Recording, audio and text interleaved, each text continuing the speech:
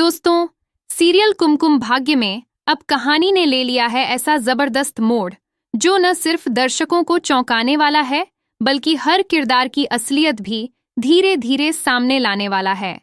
घर में जन्माष्टमी का त्योहार धूमधाम से मनाया जा रहा है।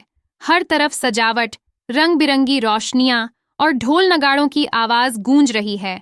लेकिन इस खुशियों के माहौल में छुपा है एक तूफान जो कई जिंदगियां बदलने वाला है। सबसे पहले बात करते हैं प्रार्थना और शिवांश की। इन दोनों का रिश्ता हमेशा से उतार चढ़ाव से भरा रहा है। कभी झगड़े, कभी नोक झोंक, तो कभी दिल छू लेने वाले प्यारे पल।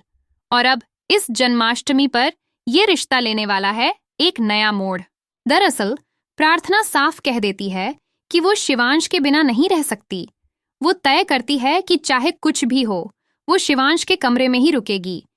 पहले तो शिवांश दरवाजा खोलने से मना करता है, लेकिन जैसे ही प्रार्थना गिनती शुरू करती है, 1, 2, 3, अचानक दरवाजा खुल जाता है।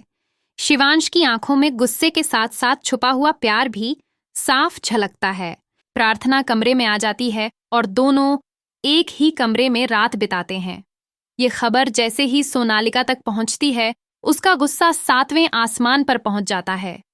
उसे लगता है कि उसका सपना अब टूटने वाला है, लेकिन असली झटका उसे तब लगता है जब शिवांश खुद उससे कह देता है, अभी हमारी शादी नहीं हुई है और मैं तुम्हारे साथ एक कमरे में नहीं रह सकता।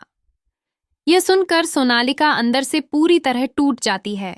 अगली सुबह जन्माष्टमी का कार्यक्रम शुरू होता है। सोनालिका ने खास तैयारी की है। वह राधा का रूप धारण करती है। उसे यकीन है कि शिवांश अब सिर्फ उसी पर फिदा होगा, लेकिन किस्मत उसके साथ नहीं देती।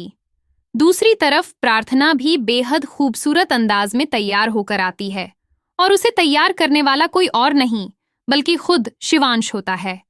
दोनों के बीच छोटे छोटे प्यारे पल बनते हैं जो सोनालिका को और बेचैन कर देते हैं। लेकिन दोस्तों, असली तूफान अभी बाकी है।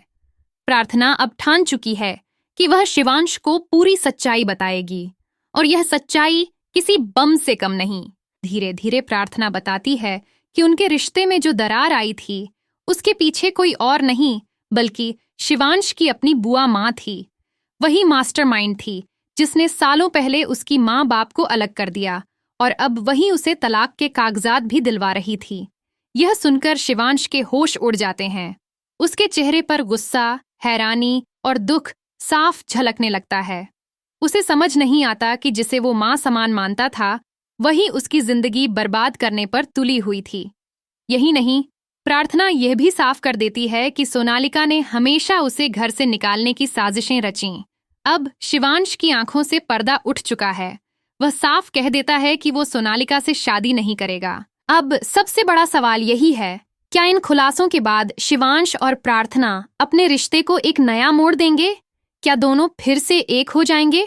और बुआ माँ और सोनालिका का असली चेहरा कब और कैसे सबके सामने आएगा? दोस्तों, आगे की कहानी होने वाली है और भी धमाकेदार, क्योंकि अब रिश्तों की सच्चाई, छुपे हुए राज और पुराने गुनाह सब एक एक करके सामने आने वाले हैं।